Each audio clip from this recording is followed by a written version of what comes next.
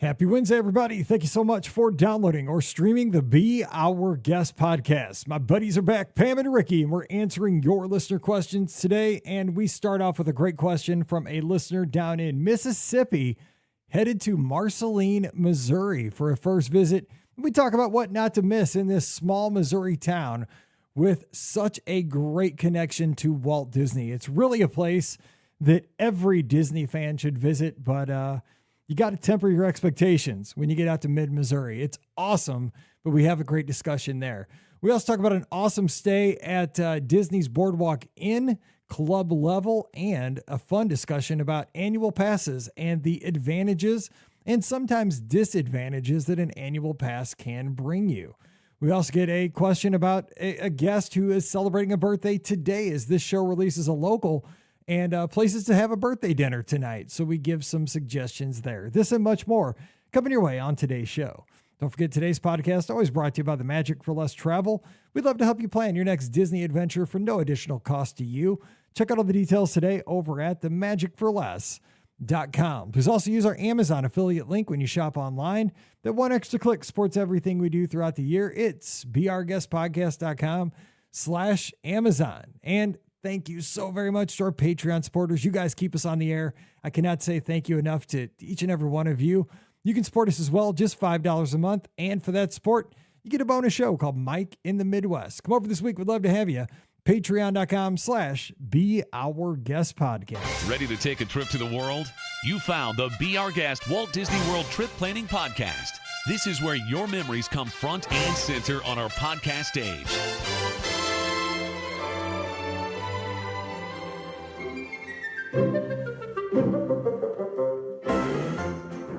Welcome to episode 2683 of the Be Our Guest Walt Disney World Trip Planning Podcast. I'm your host, Mike Rallman from beourguestpodcast.com and one of the senior agents over at the Magic for Less Travel. Happy Wednesday to you. Hope you're having a great week. It's a warm one. It's a little soggy here in the Midwest, but we're making it through. It is spring, and it's a great time of year. Hope you're having a nice week and getting ready to wrap up April and move into May. How did that happen already? But hey, it's a good time of the year, and a lot of folks getting ready to head down to Walt Disney World as school is wrapping up rapidly around the country. Today, we're getting ready for those summer vacations with some listener questions. Joining me today, we have Ricky from a DisneyWorldAfterAll.com, and she's also from the Mouse for Less. And unfortunately, we are not a baby and a boxer doing a podcast. If you've ever seen that yet on the internet, that's the latest rage. Man, it is the greatest thing ever.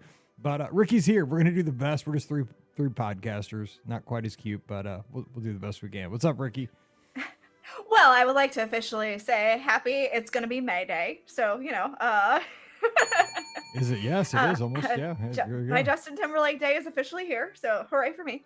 Yeah, exactly. And look, hey, man, I can't believe we are literally almost to May. Like, it's holy cow! It Valley is Flowers here. my brain. Valley Flowers time for us. Oh, that's true. It is. Close. Yeah, one of my favorite weekends in Florissant. So I do miss Valley of Flowers every year. So that is sad. Just actually, Brian and I are discussing like what our summer plans are, and we've got a few ideas. So we're mulling some things around, and we know we'll be down there at the end of the month for Memorial Day. We've got a July trip that we're looking at too. So we're in planning mode right now. So that part's fun. I have a June trip and a July trip, so I'm pumped. We're getting close. There you Now, I got to ask him real quick though before we go to Pam. I was checking to see where you were, make sure you were making progress home because I want to start the podcast. Getting a little hungry, getting ready to record. Yeah, You passed a place coming home, and I was intrigued because I love seeing geography. I'm a geography nut, right? You passed a place on your commute back to the house. It was called Jam and Toast. Yes, dude, Jam and Toast. Tell me about this place. I'm intrigued. Does this place stay open like all the time, or is it only open in the morning? No, I think it's only there for brunch. What's this I've only place been there about? once. Okay, tell me about it. And when I was there, it was packed. So I actually haven't been back since. I think I went there by myself, actually. I don't think Brian even went with me. And I was before I had Lucy. So it's been a hot minute. But yeah, they have breakfast options, and it was and lunch, I guess, and it was lovely. I haven't been back. It was so packed that I just Okay. I didn't go back because especially now with the baby, it's a lot harder to get in there so without waiting forever. So Okay, good. I mean, it's a intriguing name, yeah. and shout out to Jam and Toast in the There you greater go. Sugarloaf area of Exactly, yeah. Atlanta. That's it. I was like, man, is there really a place with just jam and toast? But I mean, apparently there it's is. just brunch. It's just Hey, brunch. sounds good to me. All right, Pam Forrester joining us. She's the co-owner of the Magic for Less Travel. Always glad to have her here on a Wednesday. And this past weekend, I was locked in watching the cheerleading world championships down at ESPN at Wide World of Sports. And I will say there were some teams from Cranberry Township out of Pittsburgh, Pennsylvania, doing very well. And, the greater Pittsburgh area is kind of a hotbed for cheerleading. So what's up, Pam? Your area of the world represented well. I know. Well, so like we're the spot where that whole dance moms thing yes. like took place, right? Yeah, that whole thing. I mean, I hate to have to claim that, but to be honest, yes, that is our area. So yes, we have it. All the things, but I don't, the athletes that those girls are, I mean, the stunts that they do, all the tricks and stuff, it's really impressive. It is. I talked about this on Mike in the Midwest. When I look at it, as far as the incredible athletes, I mean, unreal athletes at the world's level, because they're the most elite of the cheerleaders that just competed this past weekend and wrapped up on Monday. And when you have, 35, 40 girls on the mat at one time for 2.5 minutes going through a routine, I just remember when I taught sixth grade, just to get 25 30 kids to walk in a straight line down the hall just to get to music class, and it was like 30 seconds from my classroom to get to the music room. It was an act of God to get them to stay in line, 30 kids. And they're doing this crazy routine with all these switches and flips and twists and, these pyramids that are crazy with girls. Unbelievable that they're doing this, the execution every time flawlessly. I'm just like, it's somebody who I can't even comprehend how they do that, because like it was just for me to try to get 25 or 30 kids to do these things just to walk in a straight line. I couldn't get them to do it for 17 years. So I'm like, how do they get, just as a coach, like from a coaching perspective, like I couldn't get kids to walk in a straight line. Like, how do you get 30 girls to do this all for 2 minutes and 30 seconds perfectly? I don't know. I think it's voodoo. So, but congratulations to the team I've been rooting for all season out of Kernersville, North Carolina, senior elite, another world title. Shout out, good job. Anyway, so let's get to answer listener questions. If you have a question, drop it in the live chat. But we have one right off the bat in the inbox, and it is from Biloxi, Mississippi. Christopher says, going to Marceline, Missouri. Hey, Mike, my wife and I are headed to Marceline, Missouri this Friday, May 2nd for her birthday. We're from Biloxi, Mississippi, and we go to Walt Disney World at least once a year, and we decided to go where the magic began. I was wondering if they have a map of places to see and visit in Marceline. Do you have any suggestions? Thanks, Christopher. Have either one of you guys been to Marceline? I have not. I have not either. You guys haven't been either? So Marceline is super cool, but I mean, I'm telling you what, it is rural Missouri. Like you go basically to Columbia, MIZ, and then you go north for a little ways, and then you go west a little ways. And you're like, where am I? And then you see a sign from Marceline in the middle of nothing, and you get off and you're there. And there's not a lot there. I mean, it's not like a touristy place. Like you're not going to see a lot of shops or anything, but you are in Marceline. I mean, there are a few things. You got the Walt Disney Elementary School. You got the Hometown Family Museum, and you got the park. I think they've put up like a little, like a Autopia track. There's no cars, but there's like a little concrete track. But there's a website. If you Google it, I think it's called like Hometown Marceline. Just Google Marceline, Missouri, and there's kind of a website that'll show you like kind of basically like a guided tour of what you can see in Marceline. But go to the Hometown Museum. Make sure you check the hours so you get there while it's open. The Hometown Museum is really, really cool. Now, I will say this was a long time ago because this was my very first Father's Day after Mallory was born. So Mallory was born in 2008. So this was Father's Day 2009. Pam woke me up. I had no idea. She woke me up on that Father's Day and said, we're out of here. I'm like, what? So we're going to Marceline. You've always wanted to go. I'm like, what? Are you kidding? And so Pam's mom came over, took care of Mallory. We drove to Marceline and we stayed the night in the Uptown Theater. It's a bed and breakfast now, but it's the theater where Walt Disney premiered, I think, The Great Locomotive Race or some movie. And we got to stay in it was like a little, it was a bed. It was a little bedroom, but it was in the upstairs of the theater. And we got to go into the projection room. We got to go down into the theater itself. We had the run of the place. We got to go down and get candy out of the little candy place in the lobby of the theater and stayed there, had breakfast on Main Street that morning and did tour the, family museum and stuff like that. The family museum was super, super cool. Watched the trains go by right outside of the hometown museum. So there is lots to do, but it's not commercial at all. I mean, it is. I mean, once it got to be night, there was nothing happening in Marceline. So you're in the middle of Missouri with nothing happening. So there you go. I mean, Pam, you don't understand. I mean, it is. I mean, there's not much happening in Marceline when the sun goes down. It's like a country song. It's crazy.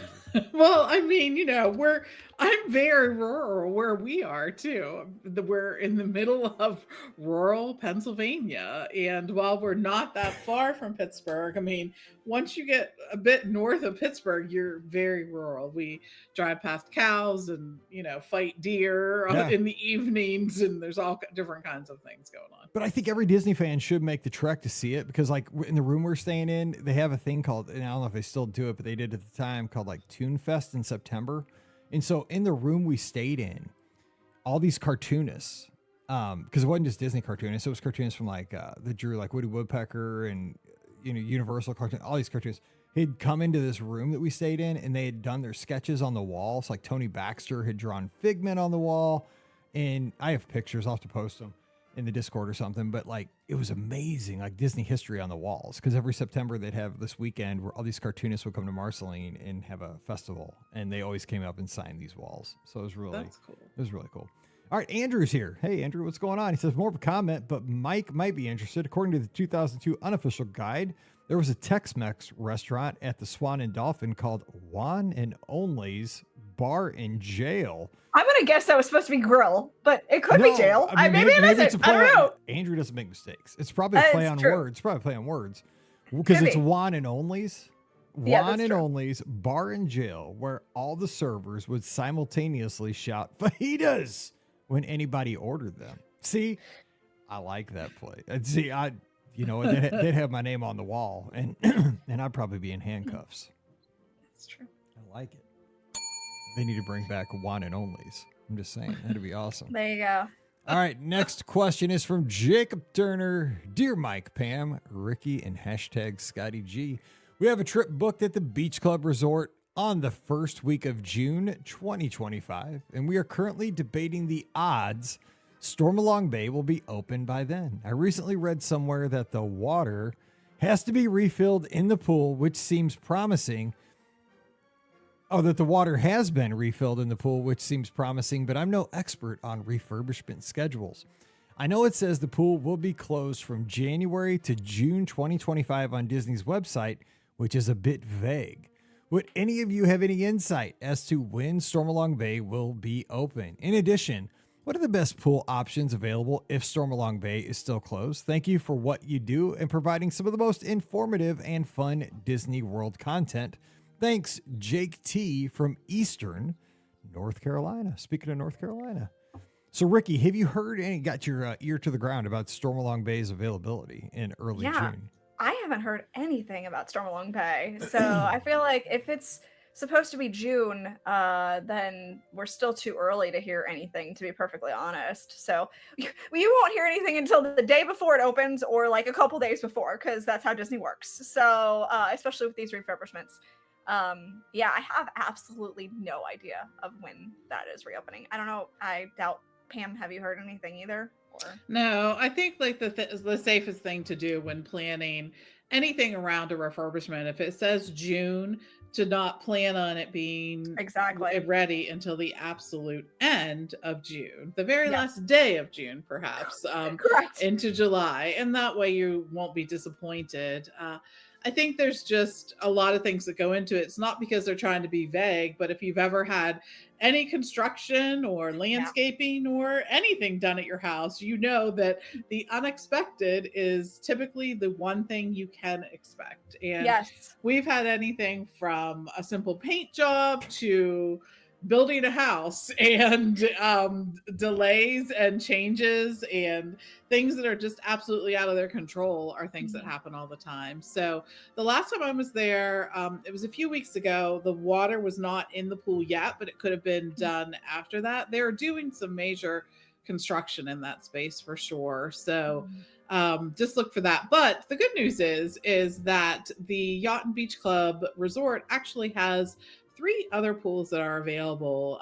They are not allowing guests to use pools at other resorts. And that's like at Disney, when you're at Disney, pool hopping is actually not allowed. There's only certain circumstances where that applies, which means you need to use the pools at your resorts. But don't worry, because there's some great pools. There is a beautiful beach pool over by the villas at the Beach Club Villas.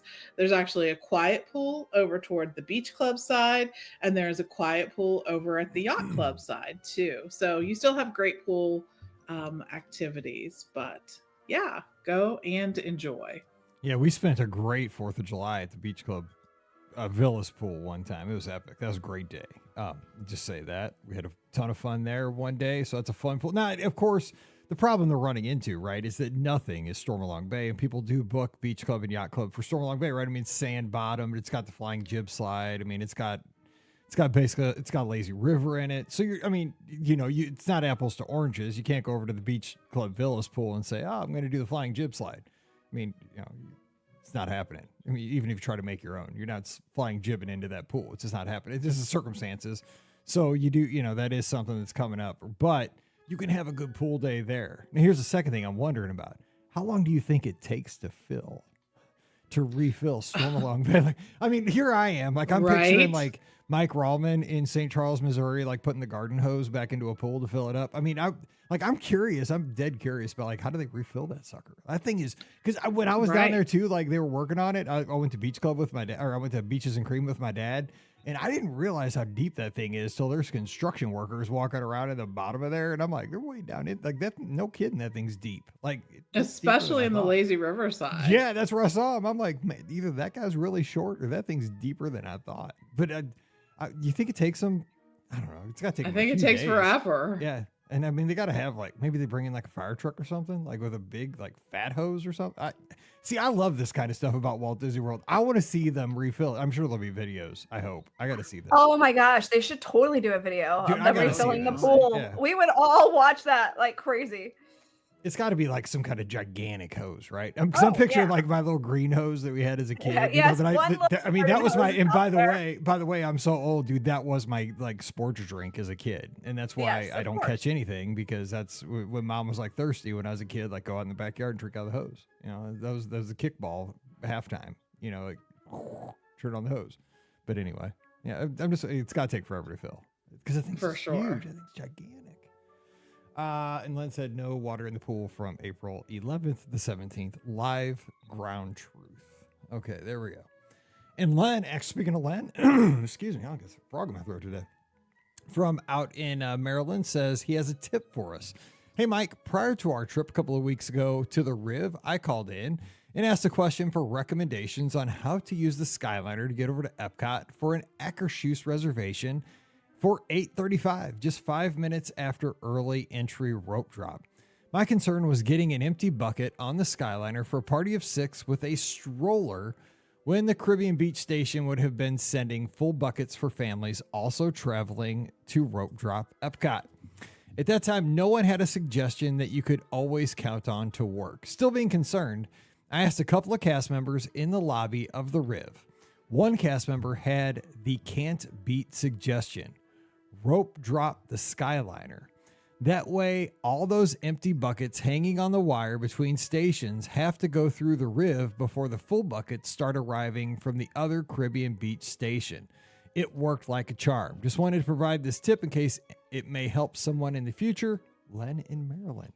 There you go. That's awesome. Oh, that is a good idea. So, I mean, I think this is kind of it's a great tip specifically for this situation to get that bucket you're looking for from the Riv over to Epcot. But also, I think generally, if you think about it kind of globally for a Disney vacation, is like sacrificing 10 or 15 minutes on the front end of anything, like at a rope drop situation, can save you maybe an hour later in the day. Pam, I mean, I know Ricky doesn't do this, but like I'll get up early and stand in a line and like be the first person there and sacrifice 15, 20 minutes of sleep, because the return on that sometimes is like 2 or 3 times later on in the day. Yeah, absolutely. Those morning, when Disney went to the system where on-site guests got to spend an extra 30 minutes in the park of their choosing every single day, I think it really sort of opened up that time frame in more areas, because when there were extra magic hours only at one park and not always in the morning, I think that when you went to that one park, it was going to be busier, right? And in this way, it doesn't always seem to be the case, because that pool of guests who wants to take advantage of the early entry actually is sort of spread out between the 4 parks. So I think it really makes a big difference. And I'm with you. I will invest a little time in the morning to save it. Where I sort of like see it as 6 on one, half dozen on the other is when you're going to be investing the exact same amount of time in the, you know what I mean, to do something early than you would be saving. There, I'm always sort of like, I'm not sure, like, is that worth it to me? Or is that going to work for my, for what I'm doing and things like that? But, What I see too is like, I feel like I have more control. It's less stressful if I'm rope dropping something, because I know that if I'm rope dropping, I'm going to be one of the first. Like I have control. Like I am determining my own fate, right? I'm going to be there. I'm going to be among the first, and this is going to be something that is a given. If I'm going to be later in the day and like with the buckets, right? Like with in Len's situation, you may get an empty bucket, but it's like I'm stressing. Like I don't know for sure. And I don't like to be one of those people that likes to leave things to chance. Like I like on a Disney vacation and just in life in general, this is just my personality. And I think a lot of our listeners are the type that like to have the most control. I just know you guys because that's why you're here. Trust me, I know you. I'm right in your ears right now as you're on the treadmill, walking the dog, doing the dishes, whatever it is. You like to have control. So I understand. Like, I just think that's kind of personality we like to be. If we can have the most amount of possibilities to control the situation, I think that just puts us at more mental, clarity. We're just more comfortable, right? I mean, I think, what you like that's too? definitely it. And I think too, just like, I mean, I like to take the first flight of the morning because Same. Yeah, exactly. the day, You like get more the options. compounds, it Yeah. stacks up, mistakes and delays stack up. So. Yes. Yeah. Cause like a 3:00 in the afternoon flight, yeah, you got to sleep in, you got to do a little bit of work, you got to get some things done at home. But man, that whole morning I'm stressing out because like, are the thunderstorms rolling into St. Louis because it's a hot morning? Is there a mechanical issue or things? Is my plane getting stuck in Dallas? I'm stressed out all morning. Like at 6:00 in the morning. Yeah. Did I have to get up super early in the morning? Yes. But is my plane likely sitting at the gate? Yes. Everything's like a trade-off. But it is. That's just kind of how I look at it. All right, we got a question from Q's Juice 44 over on Instagram. I'm guessing they're a Syracuse fan. I don't know. We'll see. Orlando. Oh no, they're in Orlando. Orlando locals here. My wife Cassie and I are going to the parks Wednesday for her birthday. Well, happy birthday! The day the show comes out. Recommendations for good sit-down birthday on property. So they're locals going over to Walt Disney World for the birthday. Where would you go? I guess it can go anywhere. I would go. We don't have a lot of information here. We could go anywhere. True. I'm going to the boat. I'm going to the boathouse at Disney Springs. Ooh. Sitting on the water. Sitting on the water. That way you don't have to really worry about, navigating a theme park. It's easy in and out. The boathouse has an extensive menu. Sit on the water. Boathouse. It's a good choice. I think I'm gonna go with Wailulu, the new place at the Polynesian. That's a good call. I feel like the food that I had was delicious, It feels, a little upscale, so a good place to go for a birthday. And you can request a spot by the water, which is nice. And depending on when you go, you might be able to see fireworks. So I think that's a really solid choice right there. It's not super popular yet, so you have a better chance of getting in, I feel like. All right, Pam, what say you for a birthday this day? Our Q's fans. There are so many good places. I think, if I'm going, if I'm local, I think what I'm going to do is go to Disney Springs, sort of like what you suggested, Mike. I think it's like easier to get to in some ways. Other ways, not so much, but in some ways, yes. And there's stuff to do before and after. So I think that's always sort of a draw too. So I think I'd really, this is going to be a different one, but I think I'd try Haleo over there. Check out the menu there. The food that we've always had there has been really great. It has tapas, it has good drinks, it has other things. And it also is putting you down in that sort of side of Disney Springs where you can stop at the ice cream shop, when you're leaving, or at the summer house on the lake where you can get like one of their cookies or something like that. And finally, as an honorable mention, I'm going to mention the new cake bake shop because now we've eaten there. You're with Len. I think three times, and it just opened. There you go. And Len threw that out there. Said, what a birthday cake. Oh, that's so funny, Len. Len's right there with you over there on YouTube. Yes. The food is really good. Everything that we've had there has been spectacular. Of course, the desserts are yum. If you are a fan, not only is the cake great, but the raspberry crumble bar, fantastic. It just truly is. Every time we go, we get one. And other people, I've given like the raspberry crumble bar to people, and they were like, "Oh, this is really good." I'm like, "See, I told you." Like it is really, it's just one of those desserts that's like really good. It's not too sweet and whatnot, but the food's great. Stephen, Hannah, and I actually did the tea recently, and it was fantastic. So lots of good stuff there. So you got 3 choices. You have to report back. Happy birthday today as this show releases. And Q's Juice 44 says you're correct. From Syracuse, moved down 6 months after our first trip to Disney. Thanks for the recommendations. So how about that? They go to Disney 6 months later. They're living in Orlando. Like it. Man, that's in for a pound, in for a penny, as they say. Yeah, for sure. They're like, I'm out of this New York weather. Or going to Orlando. I don't blame Pam Forrester approves. All right. I agree. I'm with you. We have a question in the inbox from, looks like Autumn. Hi, Mike, Ricky, Pam, and Scott. I'm a huge fan of the podcast, but listening for about 3 years now. I love hearing all the tips and tricks from y'all. My son was in the NICU, was a NICU baby, and this show helped me decompress during my long drives to and from the hospital during such a difficult time in our lives. How is that? I mean, how cool is that? Seriously, thank you. And I hope everything's good. That is, you don't think about that when we sit here and mess around recording these shows because we just goof. But that's super special. I mean, honestly, thank you. I'm a school nurse in North Alabama near Huntsville. Yes, Rocket City, baby. That's my second home, my adopted second home. I love that place. I'm counting down to summer break and dreaming of a Disney vacation. Mike, I know you can relate to the countdown. Oop, it just passed. 69 days on the side by me. 69 days. My husband and I are in the process of planning a trip to Walt Disney World for our now healthy son's first trip and to celebrate me completing nurse practitioner school this December. Awesome. Hang on. Lots of good news. Yeah, it's got to get the horn there. We're thinking of going in December of 2025 or January/February of 2026. My husband and I have most recently stayed at Pop and Coronado in the Ranchos. We love the convenience of the Skyliner and are considering staying at Caribbean Beach this time, but what your thoughts on other resorts?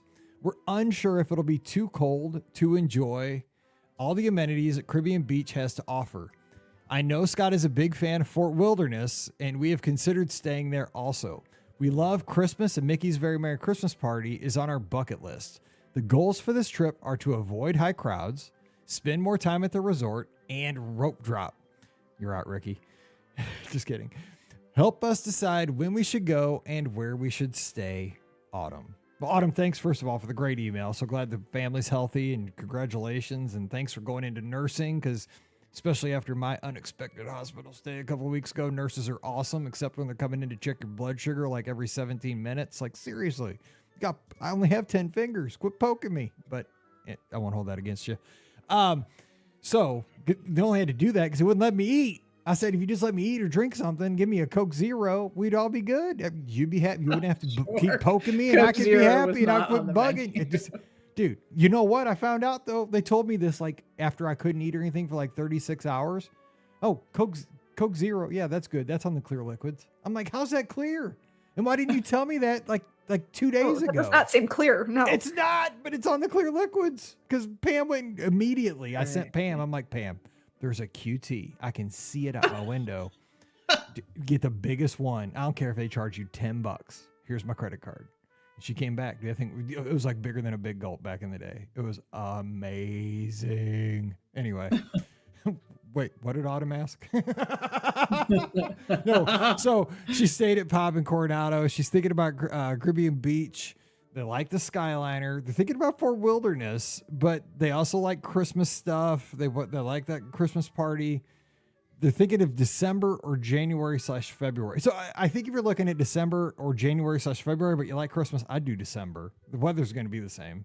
absolutely. And you get the Christmas stuff, right? So we December on that. Yeah, definitely December for sure. Yeah. Do we think? And I think too, if you like the convenience of the Skyliner, I think that Fort Wilderness is going to be a bit of a challenge for I agree. you. With a That's baby true. too. A baby, I think maybe save that for down the line when maybe like Yes. the kid's like 5 or 6. And like Right, then they agreed. can because they'd really like the golf cart and stuff, but with a baby, that's not the time, I think. No, it's on the best of times. Sometimes No. Yeah. it's like to get from point A to point B. I'm like, there are 2 internal buses. What are we Yeah. doing here? Because I like the idea of the cabins, but I mean, I think like a 4-year-old like baby, it's like a 4-year-old baby like in a golf cart would be like, oh my god, that'd be like the coolest thing ever. Because like every like little kid loves like little cars and stuff. Like that'd be the coolest. Yes. But like when they're super like little. Oh, yeah, Lucy dude. at 2 loves riding on the golf so cart. even then, So, yeah. But I mean, like when they're tiny, dude, go for the Skyliner and convenience. Like this isn't. It's a little bit too early on that. Go Caribbean Beach, and yeah, I would because Caribbean Beach, those new rooms, if you can get those, or even in the rooms. I mean, Pop Century or the Skyliner, step up from Pop Century. Great dining on site. You're hop, skip, and a jump from the studios in Epcot. And you got all the holiday activities happening. Yeah. Totally. Yeah, I agree. I think there's just so much good stuff happening at Caribbean Beach.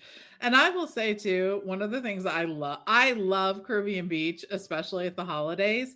There is something about a tropical holiday that like I don't know, hits a part of my brain that I'm like, yes, it's like all my favorite things in once. It's Christmas, it's palm trees, it's the tropics, like steel band, Christmas music. It's the best. Like it's truly Yes, the it best. is. So Yes, it is. Oh my Mhm. god! So I mean, I don't know if I said this on the podcast, but my favorite Christmas commercial, and it's not Christmas till it comes on. It's and I don't even drink this, but it's the Corona commercial with the palm tree, Yes. and it just goes do do do do do do do do. When that comes on, I'm just like, yes, it is Christmas. They played a million times during college football. That and Bowl Mania. I'm just like, oh yes, I love Christmas. But that palm tree with the Christmas lights on it, I'm just like, oh, It's so good. hallelujah. It is so good. Yeah, but let us know, Autumn, because I'm telling you, with a baby, that's a great time to visit Walt Disney World. I'm telling you what, because when they get to be 2 and 3 and 4 and they have their own ideas, like they want to pull everything off every shelf, like the Emporium's awesome, right? With all like 1,000 Mickeys on the shelf, beautifully arranged. But then your kid comes in like a terror and decides and they want to pull them down before you can grab them, and it's wild. You got to keep it. It's exhausting. But when they're like tiny and in a stroller, it's beautiful. Like this trip is going to be easy compared. I'm just saying, be ready, because this one, I mean, you got to feed them and change them and all that stuff. That's no walk in the park. But also, I have a sassy 17-year-old, so it's never going to be a walk in the park for the rest of your life. So just strap in, get ready. But I have the exhausting 2-year-old right now, so yes. It's just exhausting in a whole nother way. I mean, it never stops. That's true. I'm just telling you, it never will stop. But I love being a parent. It's fun. What else do we have? We have a question here from William in Delmar, New York. Hey, BOGP crew. My family and I, my wife, 10-year-old boy, 6-year-old girl just got back from an 8-night stay at the Boardwalk in a club level resort view room. And I know we all have recency bias, but I think this is the best resort on property. There's obviously logistical reasons for it with proximity to 2 parks and with other deluxe resorts, but more than that, it's the vibes. It's fancy like the Grand Floridian, but not stuffy or crowded. Although quick service is somewhat lacking, the food options aren't pretentious. Simple stuff like the pizza window or the ice cream shop or the corn dog stand are sometimes all you need after a long day in the parks. Plus, you can get that big, what was it, the mozzarella stick? Mozzarella stick, Holy cow. Get the mozzarella stick. With that pill that kills your cholesterol. Right. Side of that, Lipitor. And the table service options are great. The streetmosphere in the evenings is fantastic. My bad. Freudian slip. I can't read. With performers and carnival games. I'm glad to hear those are back because I didn't know the performers were back actually. Yeah. So that's nice. And the carnival games are open. I saw yeah, the that's other cool day. too. Yeah, that's awesome. The feature pool is probably the second best on property after Stormalong Bay. Right now, it's the best because Stormalong Bay doesn't have water. And the community hall is a hidden gem with air hockey, video games, ping pong, pinball, etc., all in free play mode. Speaking my language. It was a fantastic, try to get me again, break from the hustle and bustle of the parks. My question is, and by the way, William, you should be selling Boardwalk because you just nailed it. Boardwalk is awesome. We've been going annually for 3 years now and might go again for February or April break in 2026. I also have a goal of running the Walt Disney World Marathon, my first marathon since Chicago in 2012, in January of 2027. I don't know exactly which races I'd be running, but let's assume I do Dopey. Go big or go home, right? This feels like a totally ridiculous question because 2027 is so far in the future, but with 2026 reservations now open, if we typically go down for 7 to 9 nights as a family with park hoppers annually during one of the busiest weeks of the year, and we go for marathon weekend, does an annual pass start to make sense? Even if it does money-wise, what sacrifices do you make as an annual pass holder, if any, in terms of park reservations, dining reservations, or lightning lane reservations, assuming all that stays the same between now and 2027? Because it's so busy during our breaks, I'm concerned about what we might have to give up if we get an annual pass. On the other hand, what would you expect from room discounts for AP holders, assuming Boardwalk Club level again, to potentially outweigh drawbacks of an annual pass? Thanks for all you do, Bill in Delmar, New York. Pam Forster, great questions. Great questions. I mean, so many good ones. But God, I need like a crystal ball the size of I know, right? Me too. Yeah, Me too. The sphere out in Vegas for this one. Yeah. Exactly. Let's put down some bets. Exactly. And I will say the Boardwalk Club is actually one of my favorite concierge clubs. We have just stayed there recently. They have something in the morning that is called a doodle muffin. Whoa, what? Wait, I got a doodle dog. Hang on. I gotta know what a doodle muffin is. I know. So the first time I rolled past, I was like, I don't know. I'm not really I didn't really want muffins. I wanted like an egg and I wanted some good coffee, which they had both. And I was like, and I'm ready to go do what we're going to do for the day. Right. But then I'm like, what the heck? It's like the specialty there, right? It's something that's there. Win in the Boardwalk. You got to have one. It's like win in Rome. When the doodle presents itself. And by the way, Riley just went, Exactly. So I grabbed one and I brought it back to the table. And I split it in half. And I said to Steve, hey, I got this for us. Let's try it. It's sort of here at the Boardwalk. It's one of their specialties. It's a snickerdoodle in a muffin form with all this Stop. like cinnamon sugar and stuff on it, and it was spectacular. Stop. So That I sounds actually amazing. was regretting that I had cut it in half. to split it with them. Steve, give me that I back. wanted to be- Dang it. No, but the good thing was we were staying at concierge, so then we could just go up and get another one and split that in half. So, anyways, the They need to Boardwalk sell concierge this is fantastic. in the deli. I feel like that needs to be something sold in the deli. Yeah, I think so. they do sometimes. good. I don't know that it's all the time, but I will say just to have access to this I is mean, you reason might as enough well to just stay pay for the put. concierge. Yeah, You're exactly. selling. I see what you're doing, Pam Forster. You're selling club level bookings by the doodle muffin. For the doodle muffin, put in the code doodle muffin. I like the way you when work. request a quote. I love the way you work. Oh, it's so funny. So it's really challenging because these questions about APs and should you get one just for the discounts and things like that, because the parameters that really make an AP worth it have vastly increased from what they have in the past. They used to be like, if you're going to say 7 days or more, it's worth it. No, nowhere near that anymore. If you're going to say 10 days or more, it's worth it. Nope, nowhere near that anymore. And the other challenging thing is the discounts for AP holders are not that much better than the ones that are typically there for the general public, especially when you're thinking of the deluxe resorts. The other thing that makes this more challenging is that AP holder discounts sometimes do not apply during busier times and or on weekends, the availability for the discount. So those are all the things that sort of factor into whether or not the AP is going to be worth it. Are they still worth it for some people? Yes, absolutely they are. But I think the whole thing is, years ago, the price really jumped a significant amount. Now it really jumps like sort of a nominal or a percentage each year. But that price jump a few years ago was so significant. And they introduced different kinds of annual pass holders that had blackout dates and whatnot. These all sort of combined to say, don't assume that the AP is the best way to go. It may be, and it may not be. And we can try to help you work through that. But in the end, you have to decide. The other thing that's really challenging about an AP is if you have one, it tends to burn a hole in your pocket. So you find yourself being like, I'm not doing anything this weekend. Like, I want to do something.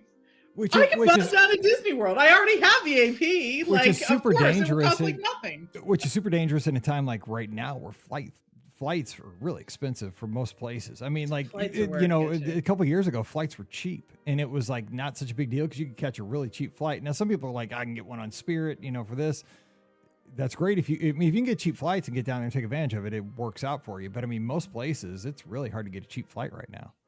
It is. It's just challenging. That's the fuel prices and all these other things that have to impact flights.